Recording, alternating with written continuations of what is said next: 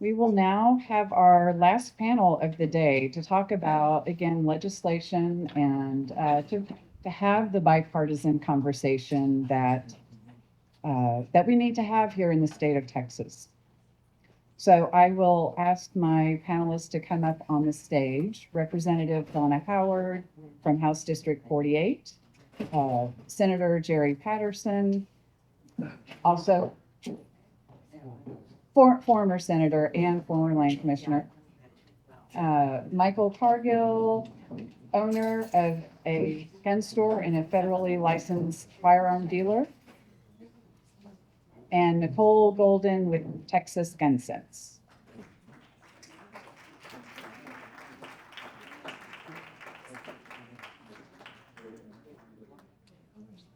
So I have bios for them, but in the interest of time, I think it will be a lot more interesting to dig into the questions. And so if you want to, during a question, just add something about your background, you are perfectly welcome to do so. But I think there's a lot to talk about in terms of what we can do legislatively and what our different perspectives are, given really what we're trying to do is figure out how do we make our communities safer? How do we prevent things like Uvalde, the Robb Elementary shooting, or Santa Fe, or El Paso, or Midland, Odessa, all the many shootings that we've had here in Texas? How can we possibly make our state safer? So, we have taken some small steps, and something that I'm very proud of for Representative Donna Howard. My first session, she worked very hard to get a public safety awareness campaign. Now, she had a bill that went through our committee, and we had conversations about how to get that bill passed, and I gave testimony around safe storage, sensible idea. If we can just encourage more people to put their guns in a gun safe or to keep them locked up, that will save lives. Now, the bill didn't pass, but we still did get the public safety awareness campaign through the Department of Public Safety. They were allocated $1 million.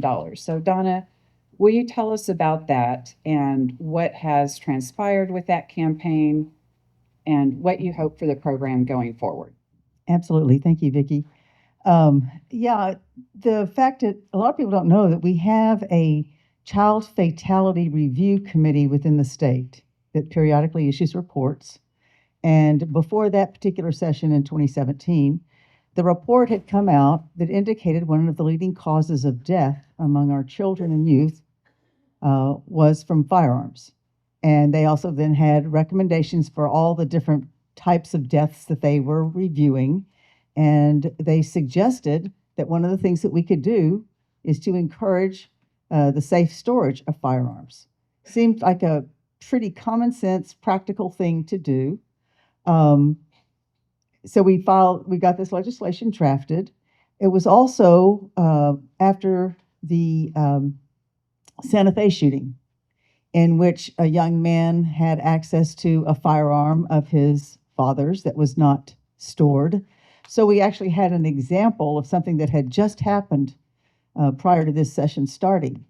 And it turned out that the Speaker of the House at the time, Dennis Bonnen, represented the Santa Fe area and was very supportive of my doing this. We thought it was going to be something that could be pretty well bipartisan and we could get this done. Unfortunately, it turned out that despite the wide range of support that we had from all law enforcement, all health professional groups, the veterans, the entire list, even the students for open carry was what they were called at the time. They supported it. It was supported by every group except for the NRA, who came out against it. And we were never able to get the bill to the floor of the House for a vote. But the Speaker recognized that this is something we still needed to do, and he helped me to protect it in the budget, because a lot of things happen behind closed doors in budgets, and you may think you have something in there, but it doesn't end up being there in the final version. But we were able to get the funding in there, so without the bill, we still got what we wanted to have happen, at least started. And the Department of Public Safety has a Keep 'em Keep 'em Safe Texas campaign that they've started. They have all kinds of materials online. They have billboards, they have videos, materials that they developed are being used in schools now. We have a lot more to do, but it was a start. We tried this last session to get them some more funding so we could increase their what they were able to do, their outreach. We wanted to be able to work with the Texas Department of Transportation and use their dynamic signage on the highways, because one of the leading issues we have in this state with access to firearms is theft out of vehicles. And in fact, it's just tripled in the past several years. And those firearms are oftentimes used in violent crimes. So we were trying to get more done to address the theft out of vehicles. Anyway, it never got anywhere. So we just keep plugging away and trying to do what we can do. And I think we're going to be able to do some more this time, trying to address that particular issue. We also found that Texas does not require the reporting of stolen firearms. We need to have that information. Other states do require that so that we can track this. There's lots of things that we can do that spin off of this campaign to have safe firearm storage. And I have to say, Michael Cargill came to the Capitol when we were having that hearing in support of it, because this was about responsible gun ownership, right, Michael? Yeah, it wasn't about taking anybody's gun away. It was just about saying, you know, responsible gun owners, make sure your guns are secured. This is the leading cause of death today among children and youth. It is one of the leading causes of death for our moms. The Maternal Mortality Review Committee, one of the leading causes of death is by violence, and the main method of that violence is firearms. So what we need to do is to keep those guns out of the hands of people who don't need them. That's a different subject. Sorry, I'm going off track here. But certainly among the young people who get access to firearms that they should not have, we need to have them locked away. I could keep talking, but I'll stop because I'm sorry, it's taking a long time. That's not a problem. All right, Jerry, you were the author of the concealed carry law in the 1990s.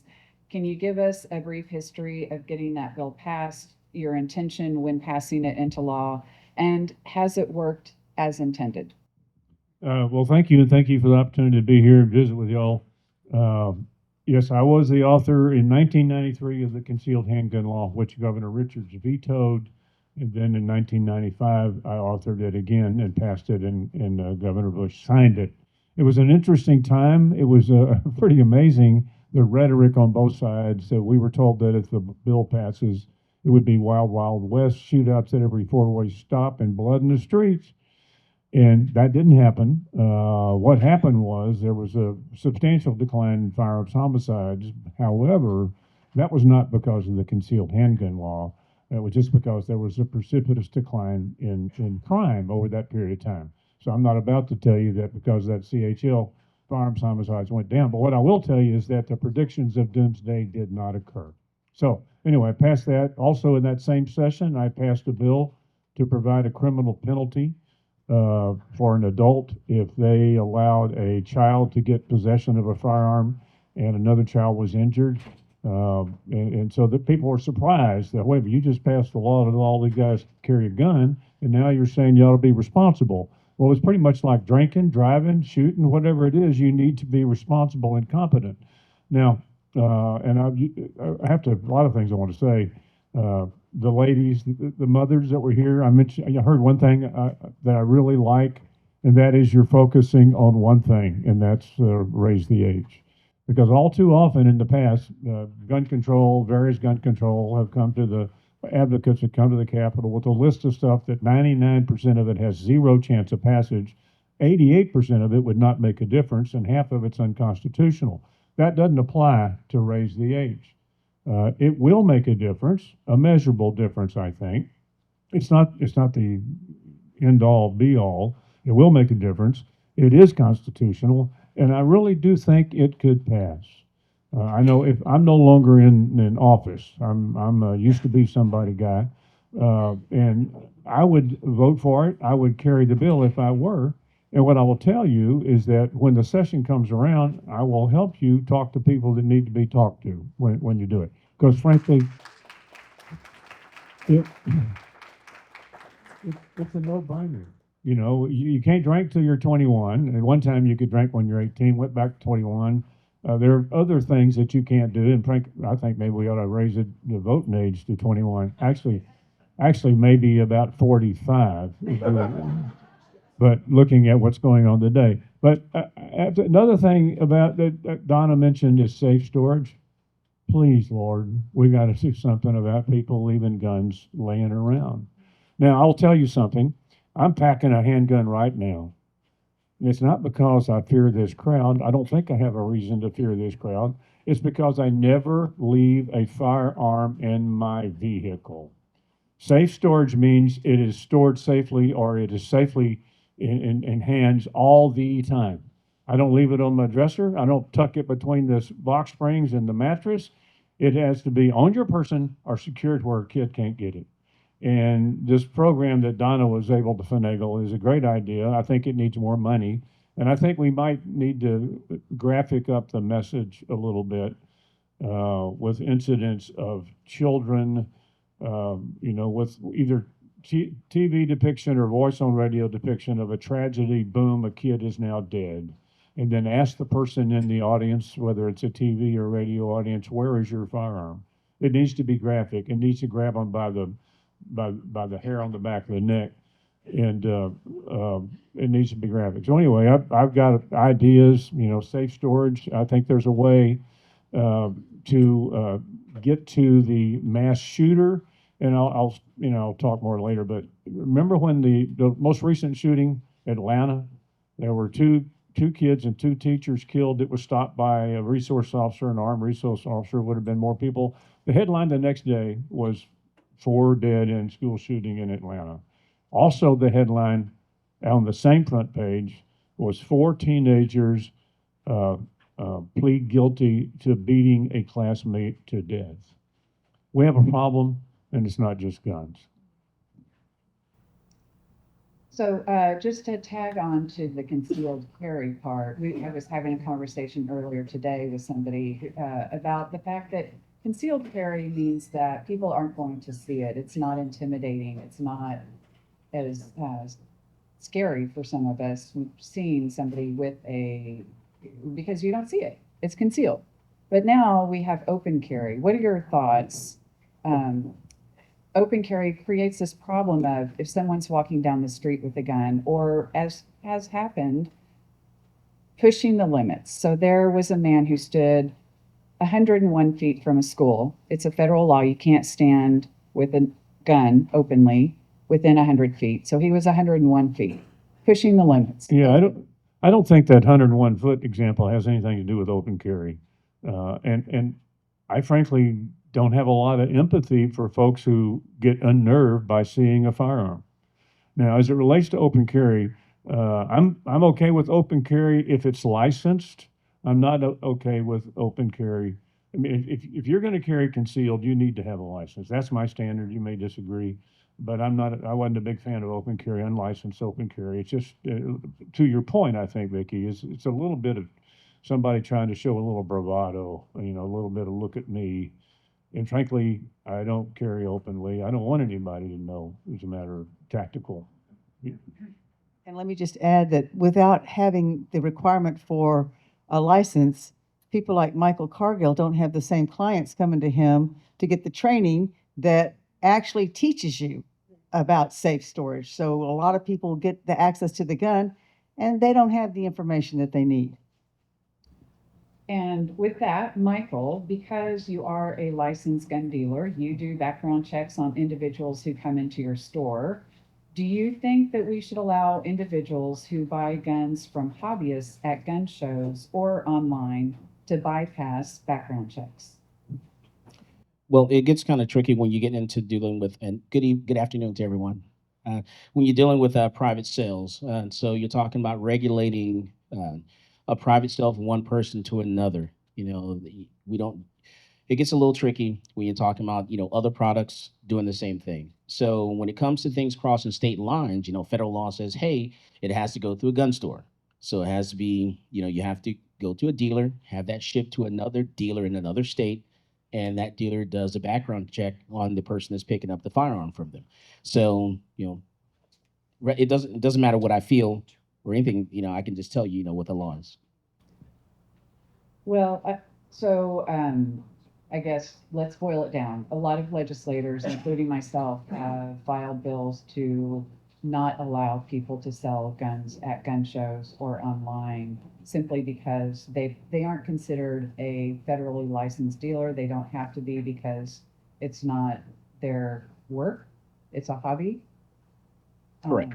And it just seems like that's a loophole, and it seems like that's a loophole that we should be able to close, because how can, how can it be a hobby for someone to sell something that kills?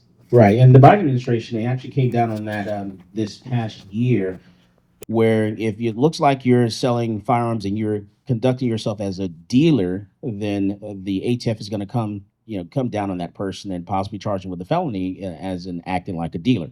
So if you're selling, and that's going to be in the eyes of the holder of the ATF and also the Department of Justice. So we'll see how that stuff plays out. Some good things that I think have come out is you have the limit of the, if you're 18, 19, 20 years old and you're purchasing a firearm, there's a little delay period in there. That's one thing that should come out on the federal level. So there's some things that actually, that have come out that are actually pretty good. All right.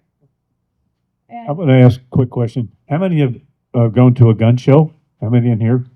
That's pretty, that's very positive, frankly. But the point I was about to make, and still will make, is that the overwhelming majority of sales at gun shows are by gun dealers. They're private sales, and if you are in the business of selling firearms, you're breaking the law, and you need an FFL. Right. The other point, as far as the online sales, you can go to Gun Broker. There's several websites that market firearms, but what you need to know is that you purchase that through Gun Broker or whatever, I can't think of the others, it will be delivered to an FFL, and you must go to the FFL and fill out a 4473. So you're saying that the good actors are doing it the right way, it's just the bad actors that perhaps are not. You have people that, okay. So here's where it gets so tricky. And I think I understand what you're trying to say there. So let's say, for example, someone was convicted of a felony, 20 years ago. They paid their debt to society. All right, so they're convicted of this felony. And all of a sudden, they want to have a firearm at home just for personal protection. The state of Texas says that they can actually have that gun at home for personal protection. The only way they can get their hands on that firearm is as a private sale from a private individual. They cannot purchase it from a gun store, because federal law says you cannot be a convicted felon and receive a firearm. So the only way they're going to be able to get their hands on that gun to have it at home, they paid debt to society, they, went to jail, paid their fees or whatever, did their time, and they can have it at home, after 5 years. And I think that's where it gets a little tricky. Okay. In other words, what I believe is the gun show loophole ain't that big, and the number of transactions is not a factor to the extent we think it is. That's my belief. All right. Nicole, did you have something to add to that? I mean, I think we should all just, be clear that it is that the law in states like Texas that haven't passed legislation to require a background check on all gun sales allow for private transfers without background checks. That's allowed.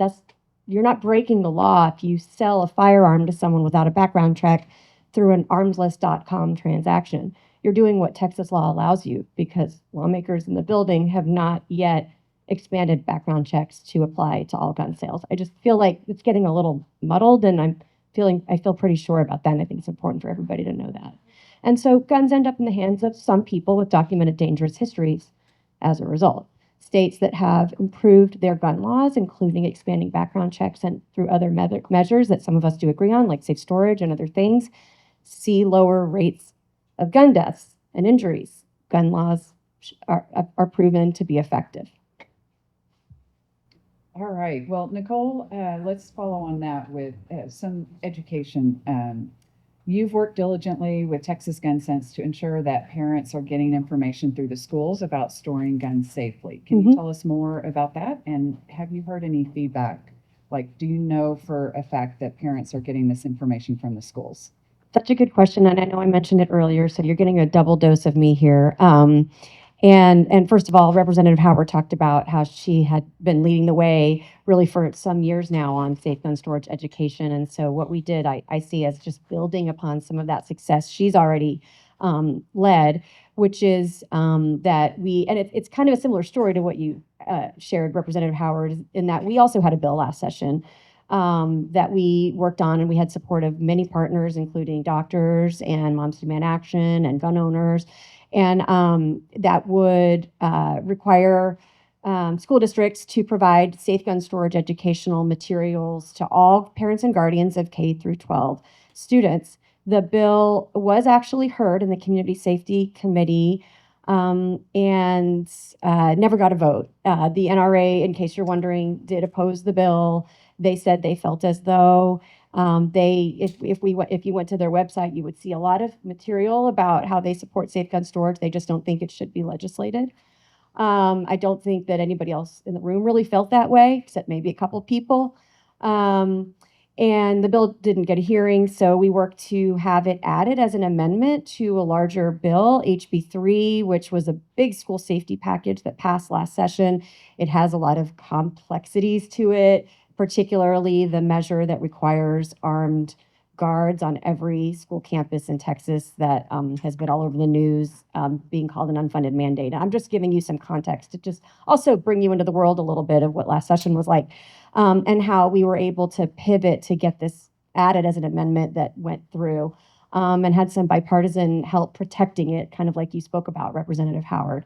So now we're on the implementation side, and that's challenging. There's over 1,250 school districts in Texas, and there is some leeway written into the policy that allows school districts to kind of do what works best for them. So for some school districts, they're posting some social media posts. Some are going maybe above and beyond to put something in a newsletter, send something home to families.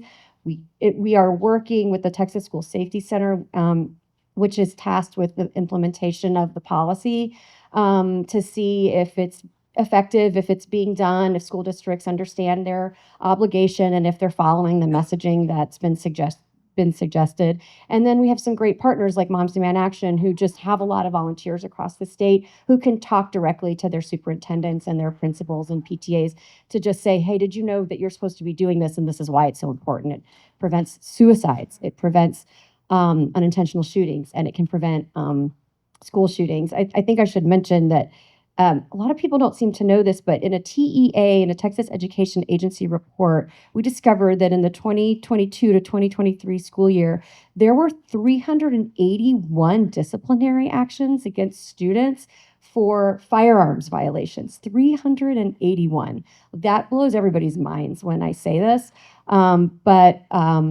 You read it in the news, so I know you've seen the headlines, but 381. So we've got to keep making sure that this is implemented effectively, and we're very committed to that. All right, thank you. So bringing it back to the idea of bipartisanship and how we can do things, how we can come to consensus. After the Uvalde shooting, Michael, you called together a group of people from different perspectives and had a roundtable session. What came of that? And what came of that? Right. I focus on the transactions inside the gun store. Like, we have people that actually walk in the gun store and will try to sell us a firearm, or have us repair the firearm. Well, the problem with that is there's no way that the dealer can determine whether or not that gun's been reported stolen.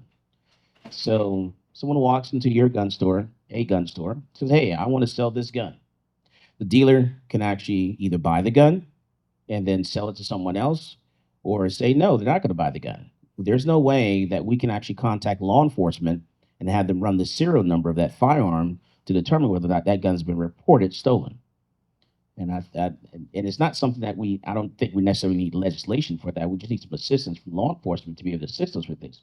You would think I'd be able to contact my local PD, Austin Police Department, and say, hey, I have this firearm here, it's serial number 123456789. Can you tell me if it's been reported stolen? And I do not get a response from that. I'm told that I'm supposed to call 911, have a police officer come to the gun store, and then that's the way it's handled. All right. All right, Jerry, also after Uvalde, you came to the Capitol for the hearing that we held, and you spoke about a red flag law that would enable a judge to order a gun to be removed when someone is a threat to themselves or others. In both the El Paso shooting and the Uvalde shooting, there were some indications that the shooters were unstable. Would a red flag law have helped? And what would it take to enact a red flag law? You know, I don't know if a red flag law would have helped. I came to the Capitol after that and I advocated for a particular kind of red flag law. You can create a red flag law that is blatantly unconstitutional, or you can actually create one that is not, that is constitutional and will actually have some positive effect. So it died. Red flag laws have become it's become the dirty word for any kind of bill regulating firearms. But I have another idea now, and this is what I talked about last session and plan on talking about again this session. I mean, I'm not a registered lobbyist. When I come to the Capitol to advocate for or against something, it's because that's what I think. But there are two provisions in Texas law. And let me start out by saying an overwhelming majority of shooters have telegraphed ahead of time. They have done something, they have said something, they have posted something. Someone has noticed aberrant behavior or violence or, I mean, the Uvalde shooter was, he ran around with a dead cat in a plastic bag. I mean, we have people that are clearly shouldn't have firearms. Okay. But under Texas law, if you make a terroristic threat, Penal Code 22.07, a terroristic threat is a criminal offense. So we have these people that state ahead of time. We've had this, a rush of kids making threats to schools, and they are now subject to terroristic threat. And another provision in Texas law that I was not familiar with, it's Education Code 37.125, which has to do with exhibition use or threat of exhibition or use of a firearm in a public school or in a school or on a school bus. So I think you can forget about the red flag laws in Texas because that's been stigmatized. And even if something is not one, it will be labeled as such and you're toast. But what you can think about, and which I'm going to go to the legislature again this next time around, is about tweaking PC 2207, terroristic threat, and also Education Code 37.125, which already make it a criminal offense to threaten somebody, to threaten to do them harm, to say you're going to go shoot up school. And if you do that, I don't care if you're 14 years old, if you're 44 years old, the cops need to get on you like a duck on a June bug. And they need to take your firearm based upon some criteria. I mean, eliminate the access to firearms. That it's going directly to the threat. We can do a lot of things, and some of them are passable, some of them are not passable, to keep the threat from getting a firearm or to do a variety of things. But if we can identify the threats and go direct to them immediately by use of the existing law, which needs to be tweaked, in my opinion, I think that's better than red flag law.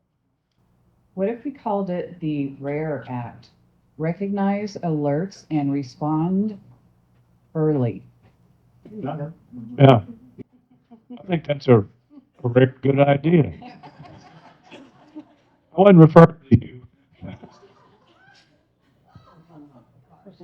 All right, well, we needed something to lighten the mood a little bit.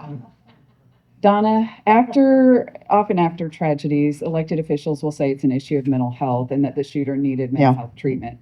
Texas has put resources into mental health, but more is needed. Also, we can't force a person to access mental health treatment. Is there a way to put more resources into the budget to make communities safer, such as community violence intervention programs? All of the above, yes. Mhm. And the efforts have been made to do that. It hasn't been totally successful. We did put more funding into mental health this last session, and into child mental health in particular. You know, we have a problem with access to health care, whether it's mental or physical in this state. Lots of healthcare deserts where there is nobody who can provide healthcare in that particular community. So we have multiple issues here on top of looking at this particular one, separate from the whole big picture of the workforce shortage and the lack of facilities and providers. What I will say, though, I want to make sure I have a chance to mention this because it's something that was brought to my attention at an AI meeting that I went to not too long ago, because AI is the big thing now, of course. There are now companies who have, y'all may know about this and it was news to me, but have companies where they have drones that can be positioned at the campuses and can actually have access to different rooms within the school without a person going in. And these drones are being controlled and monitored by trained snipers from the military. And so that you have, and they've shown that they have opportunities here with the pilots that they've done to actually, this is different language for me, but to take out the shooter more efficiently and effectively than a human. And of course, when you think about Uvalde and the lack of access to that horrific carnage, and to have something to be able to go in there and do it. I mean, there's so many things we need to be looking at now, so many different ways that we could be addressing this.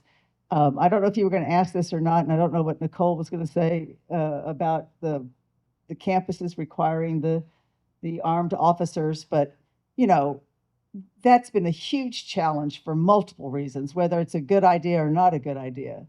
The schools do not have enough money. There are not enough personnel to hire to do it. You know, we need to be looking at all kinds of other things. And mental health is obviously, we have to have access to good mental health care. But that's not addressing specifically, in my opinion, what we're talking about here. And the majority of shooters at schools, I'm not talking about other mass shootings, but at schools, are under 18. So I just can't help but think that raise the age is not an appropriate thing, especially if we're talking about protecting our children. To me, that would be much more significant than this concept of having an armed police officer, security officer on every campus. But I'd be curious what Nicole has to say. So go ahead, Nicole. Yeah, I mean, I agree with you. You know, the evidence that, you know, based on studies, I mean, you can, you know, you can look at I think there's an FBI study on that analyzed active shooter threats, and I'm sorry, I can't remember the official name right now.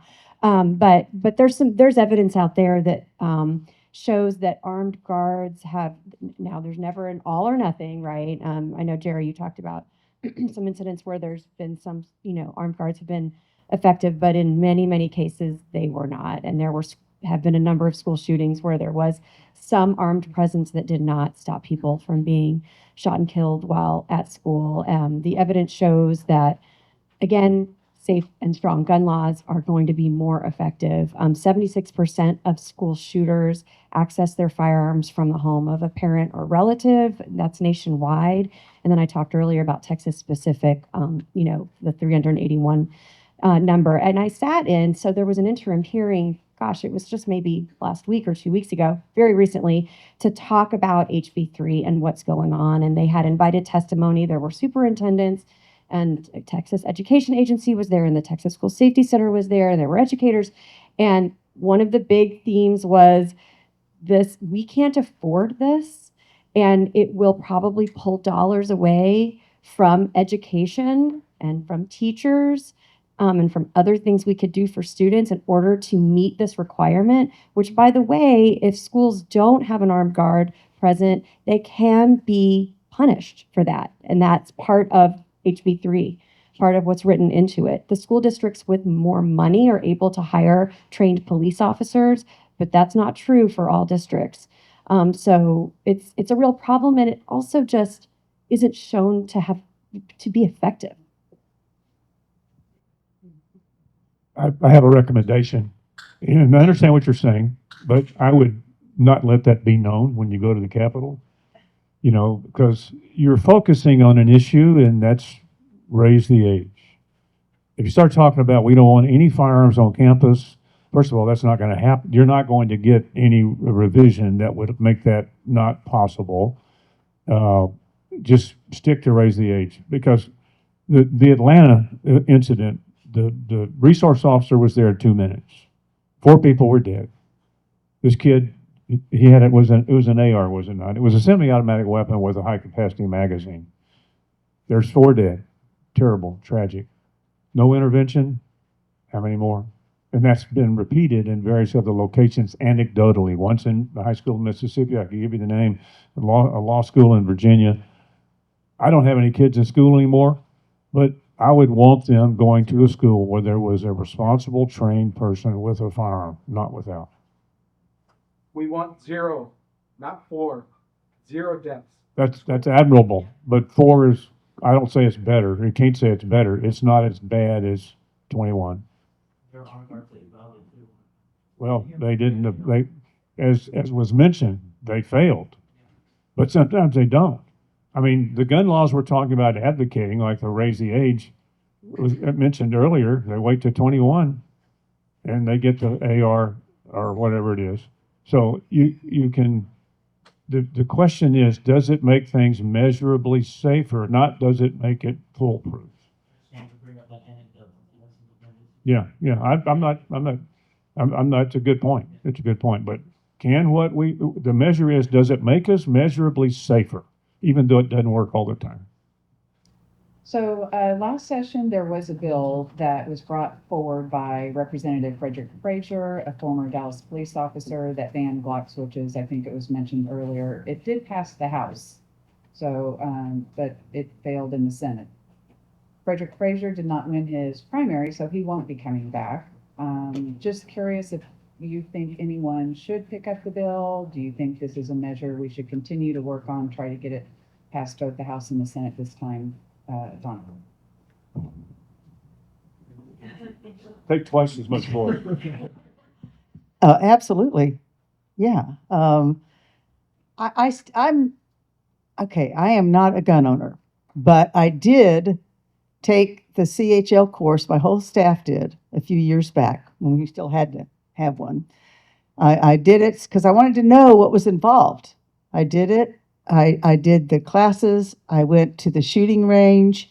I had shot a gun here and there over the years in the past with an uncle or whatever, you know, but still. I did that, and I got to tell you, I was not real comfortable with it, with having a gun. But I tell you what happened to me on the shooting range. They put up that target that I was supposed to shoot.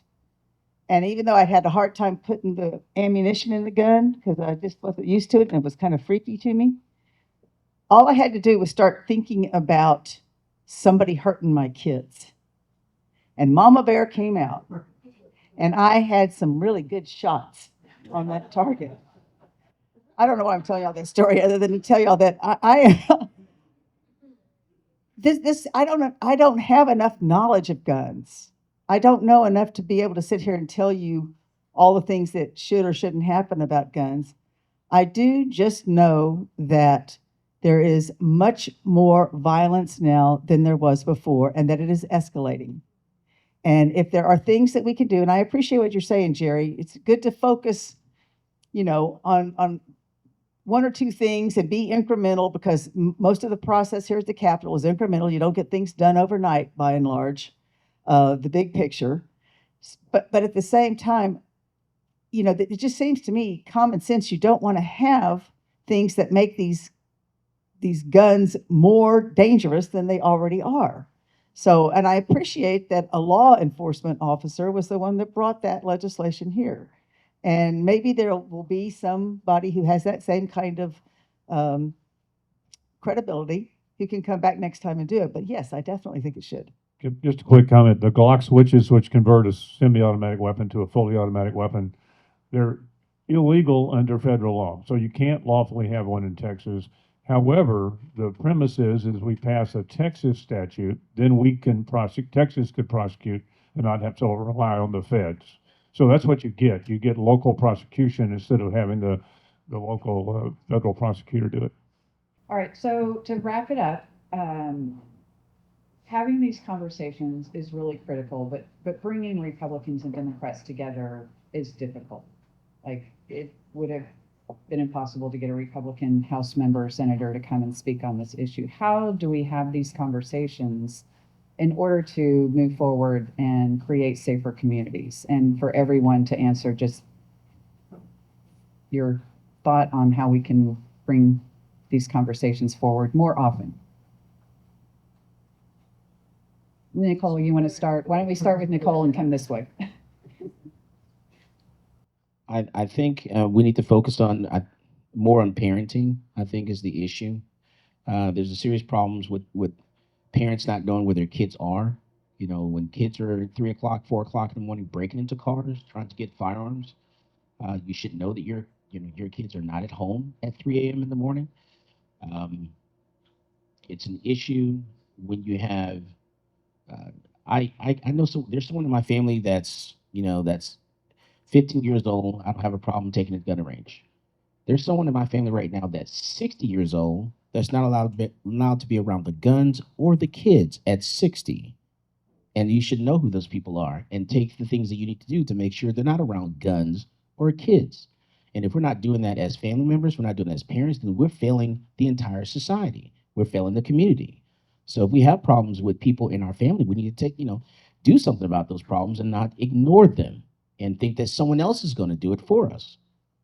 So a lot of the responsibility relies on the family and parents because we're not doing what we're supposed to do as parents.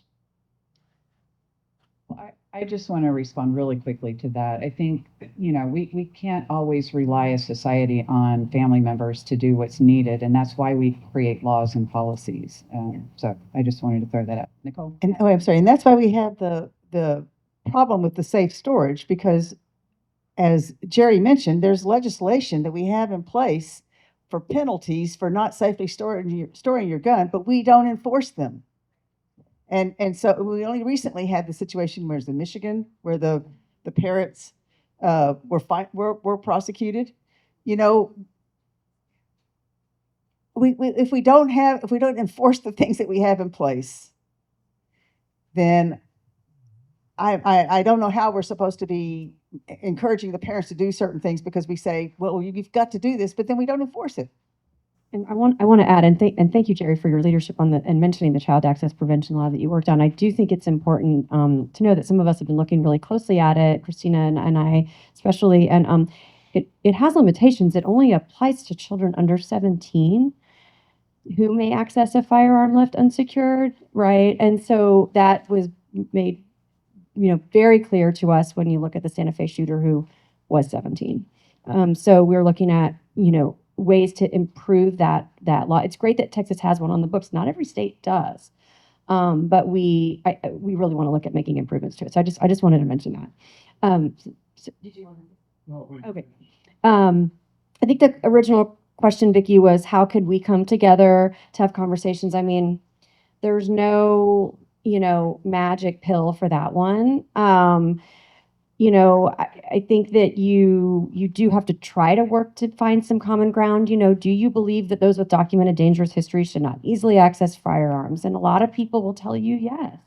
Many gun owners will tell you yes. And so that's, often a place to start. Do you believe that adults should securely store their firearms? Many, many people will agree with you on that. So I think asking those questions and finding where you share some common ground is important. Also, knowing when to walk away from a conversation that's unproductive too, because it will suck your energy. And those of us that are doing this work have a lot of work to do, right? There's a small vocal minority of some people who come to the Capitol with some extremist ideas, and they are the ones often testifying in hearings and who you will hear from. They don't represent most gun owners that I think we all know. certainly not most Texans. And so, you have to learn to just kind of remember they're loud. There's not that many of them. Go to the people who you can work with. And, if you disagree, just know you're on the right side of history if you're fighting for safe gun laws, because they've been shown to work. We have a major crisis that's the number one cause of death for youth in our country. It's a public health crisis. It's been declared that, federally. And so, keep moving forward despite what other people may say or disagree with you on. I think the question was, what was the question? Bring the sides together. Okay, how do we do this? Okay, how do we get together? Well, first of all, you got to get out of your comfort zone. I mean, I suspect Michael and I are the only two people that are packing right now, or that have any interest in doing. In other words, we are of a particular mind. Okay, good. There's three. Always like to know. So when your audience is armed, you are much more a better speaker. But my point is, get out of your comfort zone. You're all hanging together. You're all like-minded. You need to spend time with people that are not like-minded. We need more diverse groups of opinions to hashing this out. And the other thing I will tell you is that I'm confident that if you polled Republican primary voters, a substantial majority would support raise the age. I'm also confident that if you were to poll Republican primary voters, a substantial majority would suggest that safe storage is a good idea. But their representatives are ignoring that majority. So when you get out there in the trenches, you have to work that majority. And the problem with the advocacy groups, pro-gun advocacy proponents, the NRA, the GOA, Gun Owners of America, there's a Texas Association of Gun Rights. It wouldn't be so bad today with the NRA saying no, no, no, no, except for those other two groups. They're all in competition for members. And so the NRA, truthfully, if you talk to the lobbyists for the NRA, there's a lot of stuff they would just stay out of, but feel they have to engage in. It's fear, it's politics, it's votes. And you need to get out of your comfort zone and talk to people who are reachable. Yeah, and I would just say too that what Uvalde did, the parents coming over and over again and talking, obviously changed hearts and minds. And it is important to persist and to continue to talk and to share your stories. I think finding out where you can have common ground, the questions that Nicole was suggesting you ask. When Jerry was at the legislature, we all got along a lot better than we do now. Hopefully that'll change again and we'll get back to working better together. But it really has a lot to do with what Jerry said about the membership drives of these organizations, the scorecards and what that means to primary voters and that sort of thing. But really, we actually do, I work with people all the time here who have different ideas than I have. And I've always been in the minority since I've been here. But we find ways to work together on things. We really do. We need to know that we're going to be okay with our constituents. And I think to Jerry's point, that unfortunately is not where things are right now. That's what makes this much more difficult than it needs to be. So do we have time for a question or two? One question, and I saw your hand up earlier. My name is John Novel. I'm a physician. My name is John Novel. I'm a physician from San Antonio, and I just wanted to echo what the ex-representative said. That and I had mentioned this earlier, that in order to get together with two polarizing groups, we're going to have to find something in the middle, and perhaps having an exercise aided by a facilitator / mediator to get people to come in with open minds, leave. And what I said, and I didn't want to be misunderstood, was to leave our egos and our preconceived notions at the door. And I said, we are all here pretty much on the same page, but it's not just us that have to do that. The other side as well.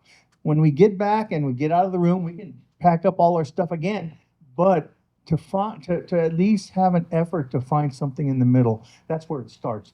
And so the little things, what we might consider, well, it's really not that much of an accomplishment, getting the age raised or getting everyone, not just to know about safe storage, but to practice it. Those little victories, initial victories, I think are going to be what lead to greater progress. Thank you.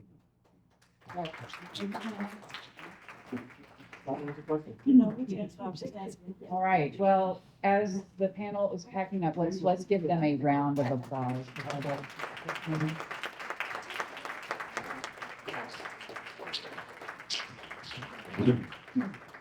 And just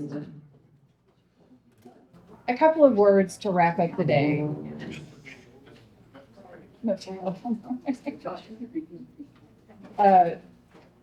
On behalf of Texas Doctors for Social Responsibility, I just have to say what gives me hope is that we do have so many people coming together on this issue. We have young people, we have not so young people, we have doctors, we have staffers, hopefully a lot of people who are listening to this today, and a lot of you will come back during session to advocate for bills. And we will move forward. I truly believe that we can make progress on gun safety initiatives, gun violence prevention, and you guys are who will make it happen. So thank you again, Texas Doctors for Social Responsibility, and Dr. Estrada in particular. Thank you so much.